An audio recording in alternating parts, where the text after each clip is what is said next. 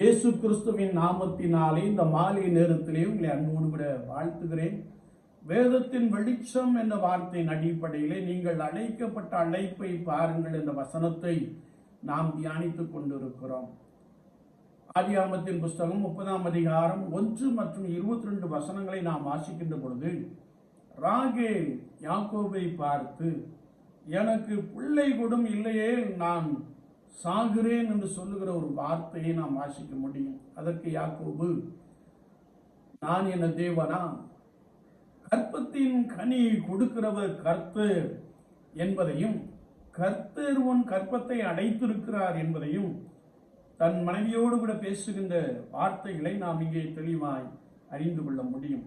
எனவே வேதம் சொல்லுகிறது, தேவன் ராகேலின் ஜெபத்திற்கு செவி கொடுத்து அவள் கற்பம் தரிக்கும்படியாய் உதவி செய்தார்.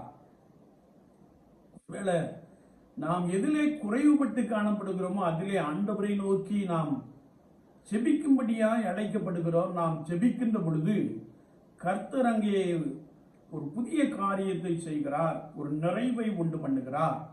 ராகேலை பொறுத்த மட்டில் கற்பம் தரிக்கும்படியாய் ஆண்டவர் உதவி செய்தார். எனவே ராகேல் தேவன் என் நிந்தையை நீக்கினார் என்று சொல்லி அவளுக்கு பிறந்த முதல் குழந்தைக்கு யோசேப்பு என்று பெயரிட்டாள் என்று வசனம் நமக்கு தெளிவாய் கற்றுக் கொடுக்கிறது. என்னை கேட்டுக்கொண்டு இருக்கிற என் அன்பு சகோதரனே, சகோதரியே, உங்களுடைய குறைவுகளிலே அல்லது உங்களுடைய தேவைகளிலே ஆண்டவர் உங்களை ஜெபிக்கும்படியாய் அழைத்திருக்கிறார் என்பதை ஒருபோதும் மறந்து விடாதீர்கள்.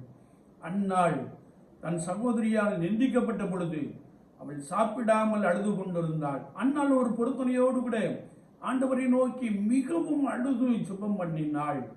ஆண்டவர் அன்னாளுக்கு சாமுவேலை மாத்திரமல்ல, இன்னும் குழந்தைகளை கொடுத்து ஆசீர்வதித்தார். சாமுவேலை தீர்க்கதரிசியாக எழுப்பினார் என்பதை நாம் நன்றாய் அறிந்திருக்கிறோம். எனவே ஒவ்வொரு தேவைகளிலும் நாம் ஜெபிக்கும்படியாய் ஆண்டவர் நம்மை அழைக்கிறார். ஏனென்றால் வேதம் சொல்லுகிறது, அவர் ஜெபத்தை கேட்கிறவர்.